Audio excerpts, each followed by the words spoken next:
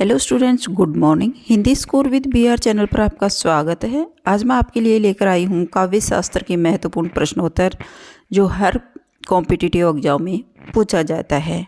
Net, PGT, TGT and all competitive exam.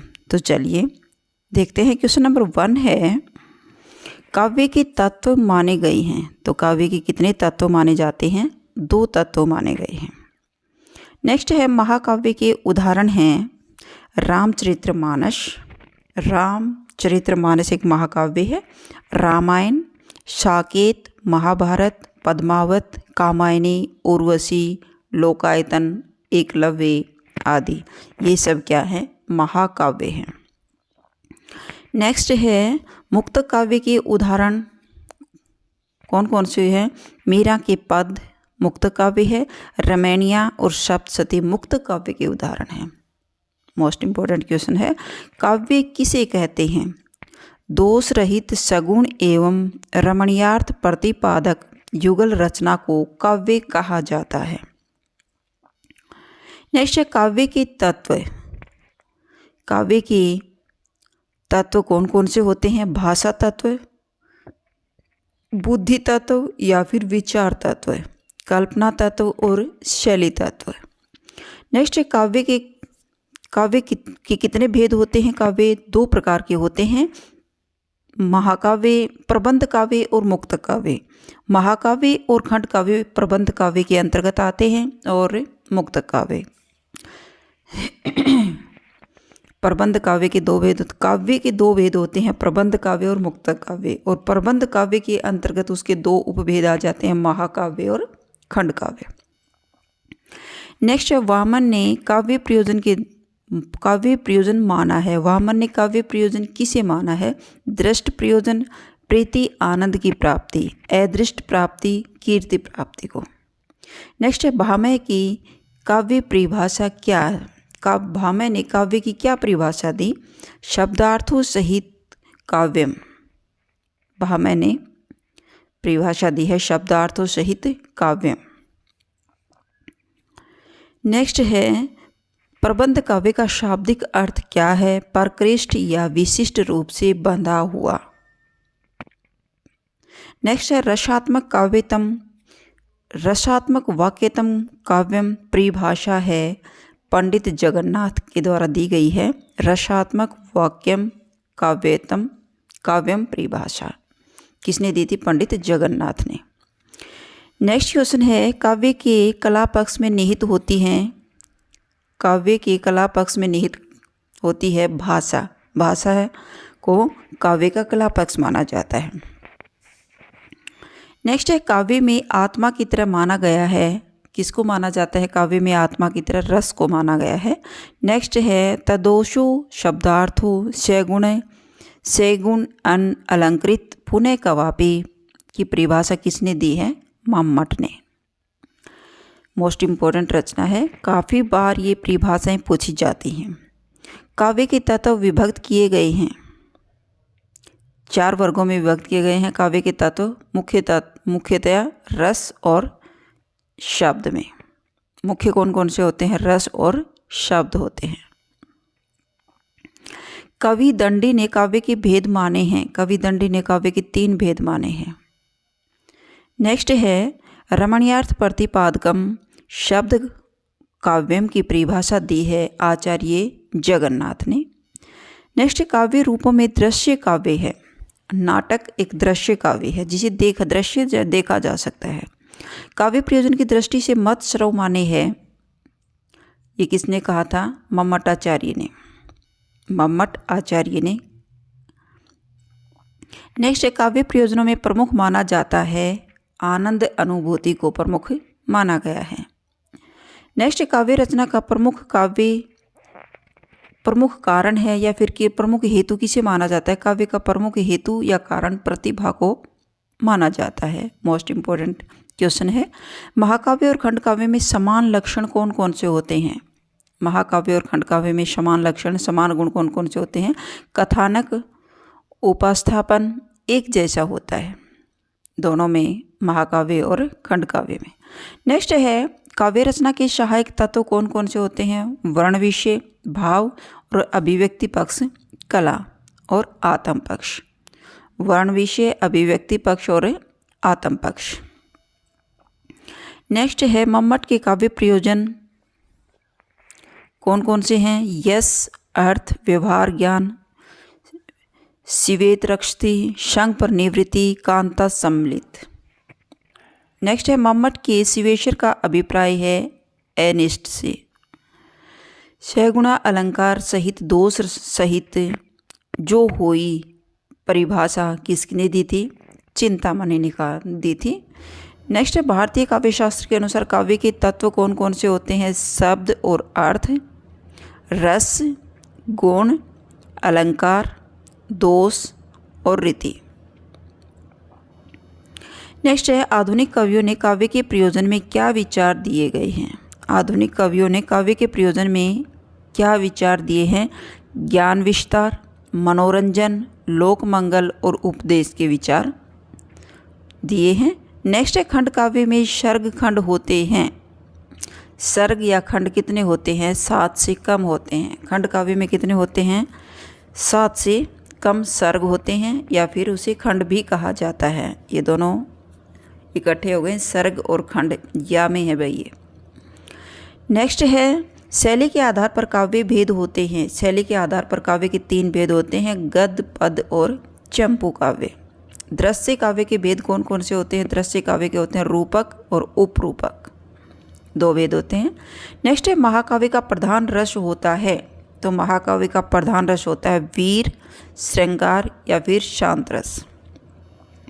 Next and most important question है महाकाव्य के प्रारंभ में होता है मंगलाचरण या इष्ट देव की पूजा। किस में होता है? महाकाव्य में। महाकाव्य के प्रारंभ में क्या होता है? मंगलाचरण होता है या फिर इष्ट देव की पूजा की जाती है। नेक्स्ट है रूपक के भेद कौन कौन से होते हैं? नाटक, प्रकरण, भास, प्रहसन, व्यायोग, संवकार, विधि, इहामृग और अंक। नेक्स्ट है महाकाव्य में खंड या सर्ग होते हैं 8 और उससे भी अधिक, या तो 8 होंगे या उससे अधिक होंगे, वो महाकाव्य होता है। खंड काव्य में 7 से कम सर्ग या खंड काव्य होते हैं। मोस्ट इम्पोर्टेंट क्वेश्चन बनता है महाकाव्य के एक सर्ग में एक छंद का प्रयोग होता है। इसका परिवर्तन किया जा सकता है किसमें?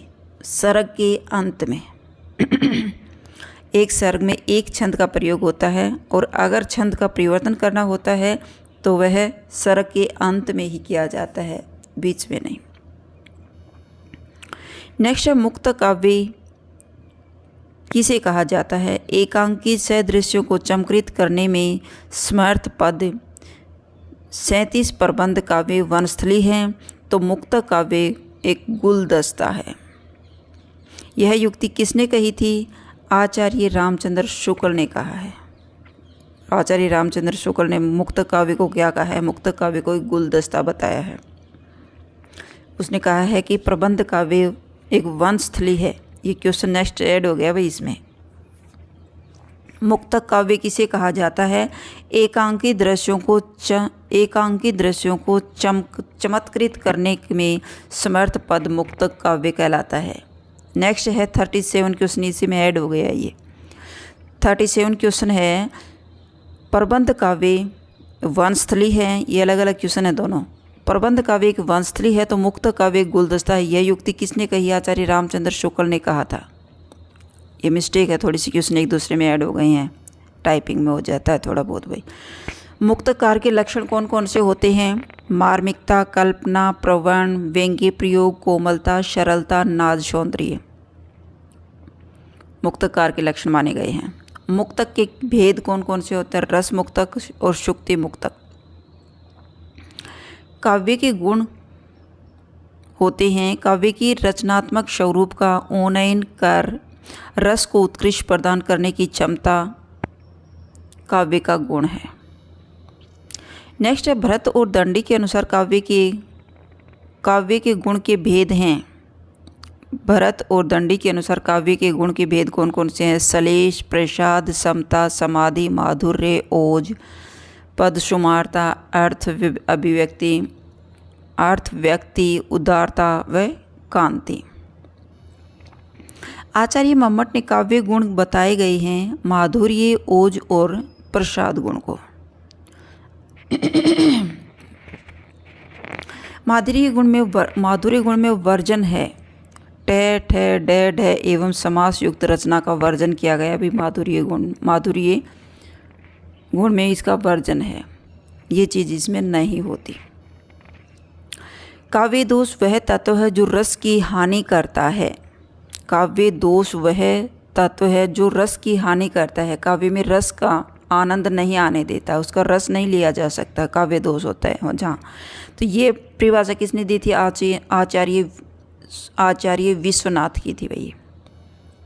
नेक्स्ट क्वेश्चन है, मम्मट ने काव्य दोष को वर्गीकृत किया शब्द, अर्थ व रस दोष में। मम्मट ने काव्य दोष को वर्गीकृत किया है शब्द, अर्थ व रस दोष में। किसने? मम्मट ने। नेक्स्ट है, श्रुति कटुता दोष किसे कहा जाता है? जहाँ परुष वर्णों का प्रयोग होता है, परुष वर्णों का प्रयोग होता है। श्रुति कटुता जानी सुनने में वहाँ वर्ण कठोर लगते हो या फिर कड़वे लगते हो, उन जहाँ परुष की जगह तुम कठोर वर्णों का प्रयोग भी कर सकते हो, या जहाँ कड़वाहट महसूस होती हो, श्रुति कटुता होता है। ये मैंने कल वाली चैप्टर में एक्सप्लेन कर दिया था। अगर काव्य दोष का आपने नहीं देखी है तो मैंने पिछली वीडियो काव्य दोष की डाली है, वो एक बार जा करके पढ़ लीजिएगा। पुरुष वर्णों का प्रयोग कहाँ वर्जित है? श्रृंगार, करुण और कोमल भाव की अभिव्यक्ति में पुरुष वर्णों का प्रयोग वर्जित किया गया है। पुरुष वर्ण जहाँ कठोर वर्ण होते हैं। पुरुष वर्ग किस अलंकार में वर्जित नहीं है? तो पुरुष वर्ग यमक अलंकार में वर्जित नहीं होता भाई। नेक्स्ट है, पुरुष वर्ण कब गुण बन जाते हैं? वीर, रौद्र और कठोर भाव में पुरुष वर्ण भी एक गुण बन जाता है, क्योंकि वीर रस और कठोर भाव में तो कठोर शब्दों का ही प्रयोग किया जाता है, तो वहाँ वो गुण बन जाता है। श्रुति कटुता दोष किस वर्ग में आता है? श्रुति कटुता दोष शब्द दोष के अंतर्गत माना गया है। जो सुनने में कड़वे लगते हैं वो तो शब्द ही होते हैं, अर्थ थोड़ी होता है, वो शब्द ही बुरे लगते हैं हमें, तो वो शब्द दोष हो गया। काव्य में लोक व्यवहार में प्रयुक्त शब्दों का प्रयोग दोष है। लोक व्यवहार में जो प्रयुक्त किए जाने वाले देशी शब्दों का प्रयोग किया जाता है वो ग्राम्यता दोष में गिना जाता है। लोक व्यवहार यानी लोगों में प्रचलित शब्द, ग्राम्यता दोष। अप्रतीतता दोष कहलाता है अप्रचलित पारिभाषिक शब्द का प्रयोग। अप्रतीतता दोष किसे कहा जाता है? जहाँ अप्रचलित और पारिभाषिक शब्द का प्रयोग होता है। यह एक शास्त्र में प्रसिद्ध होता है, लोक में अप्रसिद्ध माना जाता है। नेक्स्ट है, शब्द का अर्थ बड़ी खींचतान करने पर समझ में आता है, उस दोष को क्या कहा जाता है? उसको क्लिष्टता दोष कहा जाता है। जो काफ़ी झंझट के बाद समझ में आता है, काफ़ी माथापची करनी पड़ती है, वहाँ क्लिष्टता दोष होता है। नेक्स्ट है, वेद नखत ग्रह जोरी अरग करी सोई बनत अब खाद। इसमें कौन सा दोष है? इसमें क्लिष्टता दोष है। गुणा भाग जोड़ करवाया जाता है, वहाँ क्लिष्टता दोष होता है। यहाँ वेद, नक्षत्र और ग्रह तीनों को जोड़ करके उनको आधा करो, सोई बनत अब। तो गोपियाँ कहते हैं श्री कृष्ण के बिना, जिसमें 27 वेद होते हैं और 11 नक्षत्र होते हैं, इसमें 4 वेद होते हैं, 27 नक्षत्र होते हैं और 9 ग्रह होते हैं। उनका टोटल 40 हो गया और 40 का आधा 20। तो गोपियाँ करें श्री कृष्ण के बिना हम रहने में, विष खाने के लिए भी, जहर को खाने में भी हम प्रसन्न हैं। तो इस तरह का इसमें क्लिष्टता दोष में आ जाता है ये एग्जाम्पल। वेद 4, नक्षत्र 27 और ग्रह 9। नेक्स्ट है, काव्य में यथास्थान क्रम पूर्वक पदों का न होना दोष है। वाक्य में यथास्थान जहाँ स्थान पर क्रम वाइज वर्ण न आए, शब्दों का पदों का प्रयोग न किया गया, वह अक्रमत्व दोष होता है। शब्दों को आगे पीछे लगा देना। अक्रमत्व का उदाहरण है सीता जू रघुनाथ को अमल कमल की माल, पहराई जनु सबन की हरद्यावली भूपाल। तो यहाँ अक्षरों का क्रम आगे पीछे कर दिया गया है, तो ये अक्रमत्व का उदाहरण है। दुष्क्रमत्व दोष कहाँ होता है? जहाँ लोक और शास्त्र के विरुद्ध क्रम से वस्तु का वर्णन होता है, वहाँ दुष्क्रमत्व दोष होता है। लोक और शास्त्र के विरुद्ध क्रम से जिस वस्तु का वर्णन किया जाता है वहाँ दुष्क्रमत्व दोष होता है। आली पास पोढ़ी भले मोही किन पोढ़त देत में काव्य में कौन सा दोष है? आली पास पोढ़ी भले में ग्राम्यत्व दोष है, गांव के देशी शब्दों का प्रयोग किया जाता है।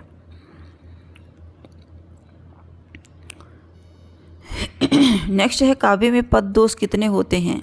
काव्य में पद दोष 16 माने गए हैं भाई। वैसे कोई इनकी संख्या निश्चित नहीं होती, 16 माने जाते हैं। अलग अलग विद्वानों ने अलग अलग दिए, किसी ने 12 बता दिए, किसी ने 16 बता दिए।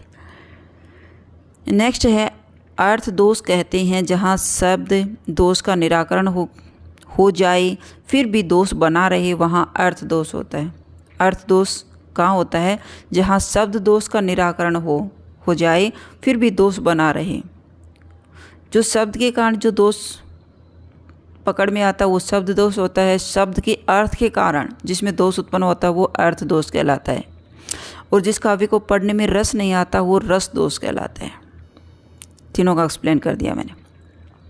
काव्य दोष होते हैं 21। वाक्य दोष कितने होते हैं? 21।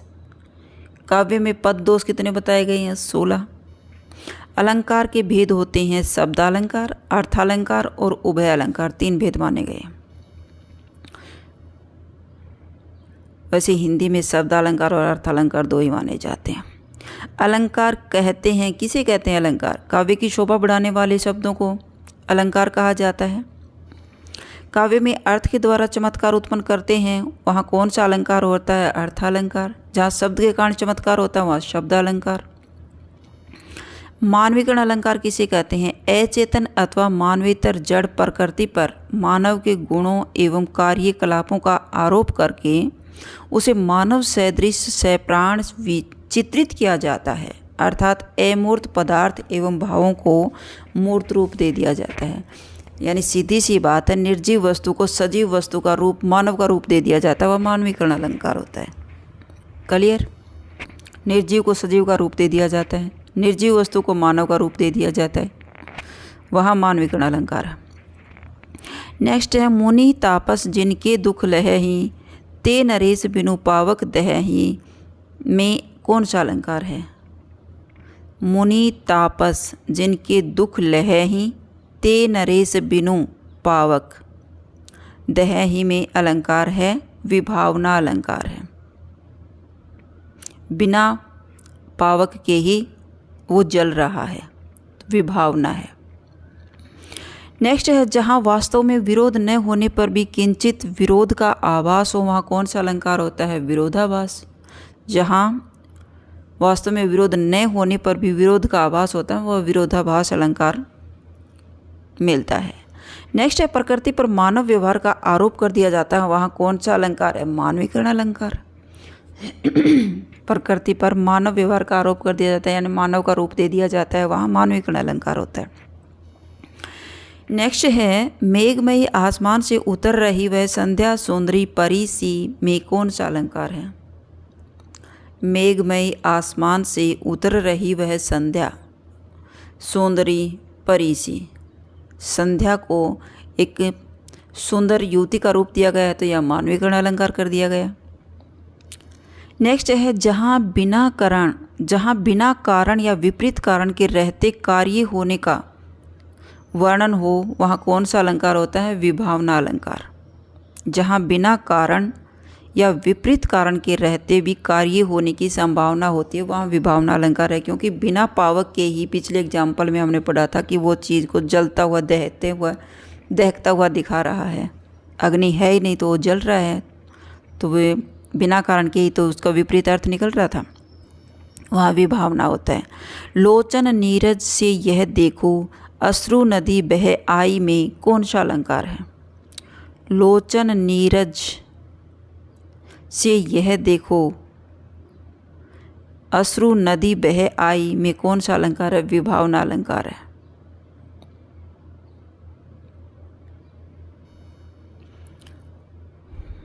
नेक्स्ट है अलंकारों की निश्चित परिभाषा दी गई है काव्यादर्श में। किसने दी? दंडी ने। शब्द अलंकार के भेद बताए जाते हैं 8।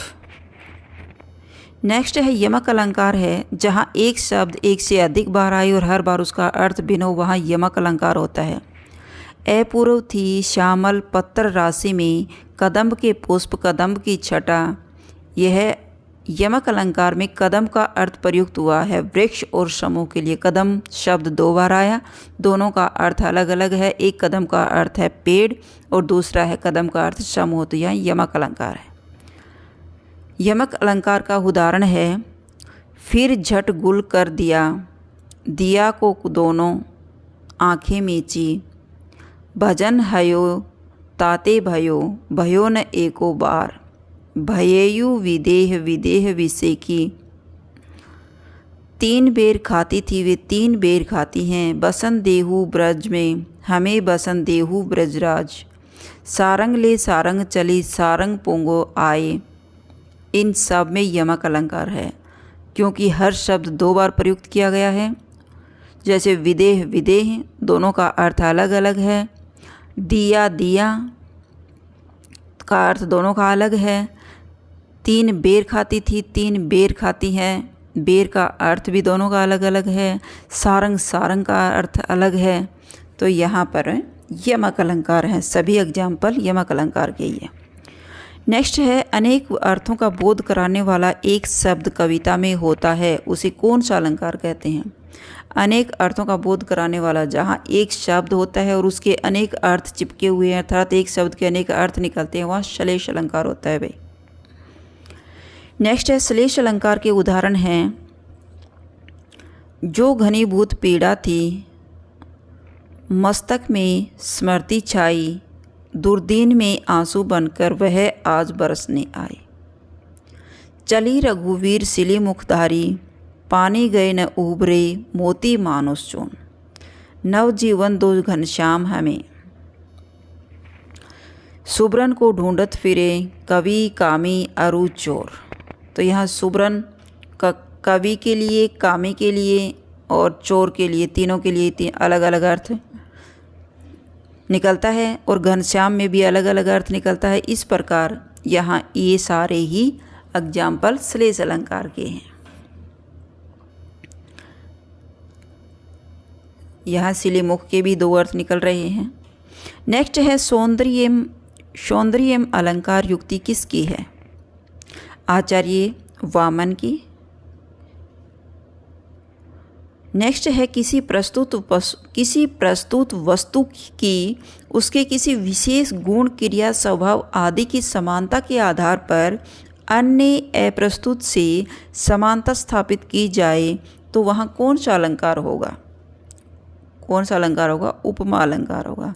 किसी अप्रस्तुत वस्तु की उसके किसी गुण, क्रिया, स्वभाव आदि के कारण जो समानता दर्शाई जाती है, किन 2 वस्तुओं में समानता दिखाई जाती है, वहाँ उपमा अलंकार होता है। सा सी सम सरिस इसके वाचक शब्द हैं। उपमा के अंग होते हैं उपमेय और उपमान, वाचक और साधारण धर्म, 4 अंग होते हैं इसके। पूर्ण उपमा किसे कहा जाता है? जिसमें उपमा के 4 अंगों का उल्लेख हो वह पूर्ण उपमा होता है। उपमा अलंकार के 4 अंग जिसमें समाये होते हैं वो पूर्ण उपमा होता है। जैसे उपमेय, उपमान, वाचक और साधारण धर्म। लुप्त उपमा किसे कहते हैं? उपमा में 4 अंगों में से एक या एक से अधिक गुण लुप्त हो जाता है। 4 अंगों में से कोई भी एक अंग गायब हो गया तो वहाँ लुप्त उपमा होता है। पूर्ण उपमा के उदाहरण हैं मुख कमल जैसा सुंदर, कोमल कुसुम समान देह हो, हुई तप्त अंगारमयी। तो इसमें पूर्ण उपमा एग्जाम्पल है। इसमें उपमेय, उपमान, वाचक और जो समानता का होता है, समान साधारण धर्म भी कहा जाता है इसको, वो चारों अंग इसमें समाये हुए हैं। लुप्त उपमा के उदाहरण हैं मुख कमल जैसा, ऊर्वन जिसके हैं सोहती, मुक्तमाला वह नव नलिन से, नेत्र वाला कहाँ है। मुख कमल सा, मुख कमल जैसा, तो यहाँ वाचक शब्द भी है, लेकिन यहाँ एक इसका साधारण धर्म गायब हो गया वे। उपमान, उपमेय और वाचक शब्द दिया गया है, साधारण धर्म इसमें नहीं है, तो ये लुप्त उपमा है। जब उपमा में एक उपमेय के अनेक उपमान हो वहाँ कौन सा अलंकार होगा? मालोपमा। जहाँ एक उपमान के अनेक उपमान निकलते हो वहाँ मालोपमा होता है। मालोपमा का उदाहरण है मुख चंद्र और कमल समान है, नील सिरोरूह, नील मणि, नील धीरधर श्याम, आशा मेरे हृदय मरु की, मंजू मंदाकिनी। तो यहाँ एक ही उपमेय के अनेक उपमान निकाल दिए गए हैं, नील सरोरू, नील मणि, नील धीरधर श्याम। तो यह मालोपमा का उदाहरण है। उपमेय में उपमान की संभावना हो वहाँ कौन सा अलंकार होता है? वहाँ संभावना होती है, वहाँ उत्प्रेक्षा अलंकार होती है। समानता होती है, वहाँ उपमा अलंकार होता है, और संभावना होती है, वहाँ उत्प्रेक्षा अलंकार होता है। सा सम श्री उपमा अलंकार के वाचक हैं, और मानो मनहु जानो जनहु ये उत्प्रेक्षा अलंकार के हैं, माना जाता है इसमें। उपमेय में संभावना की अभिव्यक्ति के शब्द कौन कौन से? तो मानो, मनु, जानो, जनु, जनहु। नेक्स्ट है उत्प्रेक्षा रूपक व उपमा से किस कारण अलग होता है? उत्प्रेक्षा रूपक व उपमा से किस कारण अलग होता है? संभावना के कारण अलग होता है, क्योंकि उत्प्रेक्षा में संभावना की जाती है, एक वस्तु की दूसरी वस्तु में संभावना की जाती है। रूपक अलंकार में एक वस्तु को दूसरी वस्तु का रूप दे दिया जाता है, और उपमा अलंकार में एक वस्तु का दूसरी वस्तु का समानता दिखाई जाती है। क्लियर तीनों? नेक्स्ट है उत्प्रेक्षा अलंकार का उदाहरण कौन सा है? मानो तो तारे क्षितिज जाल से निकले, शरद इंद्रा के मंदिर की मानो कोई गैल रही, देखकर किसी की मृदु मुस्कान, मानो हंसी हिमालय की है, विधु के वियोग के विकल मोक, नभ जला रहा था उसका अपना और, जलती थी तवा सह दृश्य, पथ की रज भी बनी बशुर। तो यहाँ मानो हंसी हिमालय की है, मानो दो तारे क्षितिज, तो यहाँ माना गया है। वाचक शब्द को पहचानो और उत्प्रेक्षा अलंकार को टिक कर दो। क्लियर? उत्प्रेक्षा अलंकार के भेद होते हैं वस्तुत्प्रेक्षा, हेतुत्प्रेक्षा और फलोत्प्रेक्षा। कितने भेद हैं? 3 हैं, वस्तुत्प्रेक्षा, हेतुत्प्रेक्षा और फलोत्प्रेक्षा। और उपमा अलंकार के कितने भेद हैं? 3 हैं, पूर्ण उपमा, लुप्त उपमा, मालोपमा। एक वस्तु में दूसरी वस्तु की संभावना की जाती है, एक वस्तु को दूसरी वस्तु मान लिया जाता है, वहाँ कौन सा अलंकार होता है? वस्तु उत्प्रेक्षा। एक वस्तु को दूसरी वस्तु मान लिया जाता है, वहाँ वस्तु उत्प्रेक्षा होता है। जैसे वस्तु उत्प्रेक्षा अलंकार का उदाहरण कौन सा है? लखत मंजू मुनि मंडली मध्य, सीए रघुचंद ज्ञान सभा जनु, तनु धरे भक्ति सचिदानंद, जनु ग्रह दशा दूसह दुखदाई, हरि मुख मानो मधुर मयंक। हरि का मुख एक मधुर मयंक के समान है, मधुर मयंक के समान संभावना की गई है उसकी। तो यहाँ वस्तुत्प्रेक्षा है। हरि के मुख की संभावना किससे की गई है? मधुर मयंक से। मयंक मतलब चंद्रमा से, प्यारा सा चंद्रमा। नेक्स्ट है हेतुत्प्रेक्षा अलंकार कहाँ होता है? जिसमें अहेतु में हेतु की संभावना की दी जाती है, जो हेतु नहीं है उसे हेतु मान लिया जाता है, तो वहाँ हेतुत्प्रेक्षा होता है। वस्तुत्प्रेक्षा में वस्तु की संभावना होती है, एक वस्तु में दूसरी वस्तु की संभावना की जाती है। नेक्स्ट है हेतुत्प्रेक्षा अलंकार का उदाहरण है अरुण भाई कोमल चरण भुवि चले भी ते मानो मुख सम नहीं याते मनो चंद ही छाया छाए मुख सम नहीं याते कमल मनो जल रहो छिपाई सोवत सीता नाथ के भृगु मुनि दीनिलाथ। मुख सम नहीं मुख शम नहीं, यहाँ ए हेतु में हेतु दिखाया गया, तो यह हेतुत्प्रेक्षा अलंकार है। नेक्स्ट है फलोत्प्रेक्षा अलंकार किसे कहा जाता है? अफल में फल की संभावना की जाती है, वहाँ फलोत्प्रेक्षा अलंकार होता है। फलोत्प्रेक्षा के उदाहरण कौन सा है? तम मुख क्षमता लहन को जल सेवत जलपात तब पद समता को कमल जल सेवत इक पाए बढ़त ताड़ को पेड़ यह मनु चुमन आकाश। फल में फल की संभावना की जाती है। तब मुख क्षमता लहन को जल सेवत जल जात तब पद समता को कमल जल सेवत इक पाए बढ़त ताड़ को पेड़ यह मनु चुमन आकाश। बढ़त ताड़ को पेड़ कि ताड़ का पेड़ इतना बड़ा हुआ है, माना गया है कि चुमन आकाश, आकाश को छूता हुआ दिखाई गया है, तो यहाँ फल में फल को दर्शाया गया है।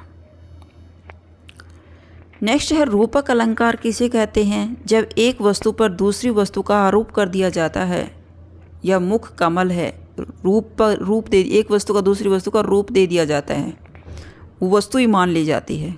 जैसे मुख कमल है, मुख कमल है रूपक अलंकार। मुख कमल के समान है, मुख कमल सम या सम कमल, तो यहाँ उपमा अलंकार आ जाता। मानो मुख कमल तो उत्प्रेक्षा अलंकार हो जाता। उपमे में उपमान का आरोप किया जाता है, रूप दे दिया जाता है, वहाँ रूपक होता है। संभावना की जाती है, उत्प्रेक्षा अलंकार होता है। समानता दिखाई जाती है, उपमा अलंकार होता है। यमक अलंकार होता है जहाँ एक वर्ण एक शब्द दो बार आए, दोनों का अर्थ भिन्न भिन्न होता है। श्लेष अलंकार होता है एक शब्द के अनेक अर्थ चिपके हुए होते हैं। मानवीकरण अलंकार होता है जहाँ निर्जीव वस्तु को सजीव का रूप दे दिया जाता है। अनुप्रास अलंकार होता है जहाँ वर्ण बार बार आए, एक ही वर्ण की बार बार आवर्ती होते, वहाँ अनुप्रास अलंकार होता है। रूपक अलंकार के भेद कौन कौन से हैं? सांग रूपक, निरंग रूपक और परंपरित रूपक। तो रूपक के 3 भेद होते हैं, सांग रूपक, निरंग रूपक और परंपरित रूपक। तो ये आपके मोस्ट इम्पॉर्टेंट 100 क्वेश्चन थे। अगर आपको मेरी वीडियो अच्छी लगी हो तो प्लीज़ लाइक कीजिए, शेयर कीजिए और सब्सक्राइब करना न भूलें। फिर मिलते हैं नेक्स्ट वीडियो में। Bye bye.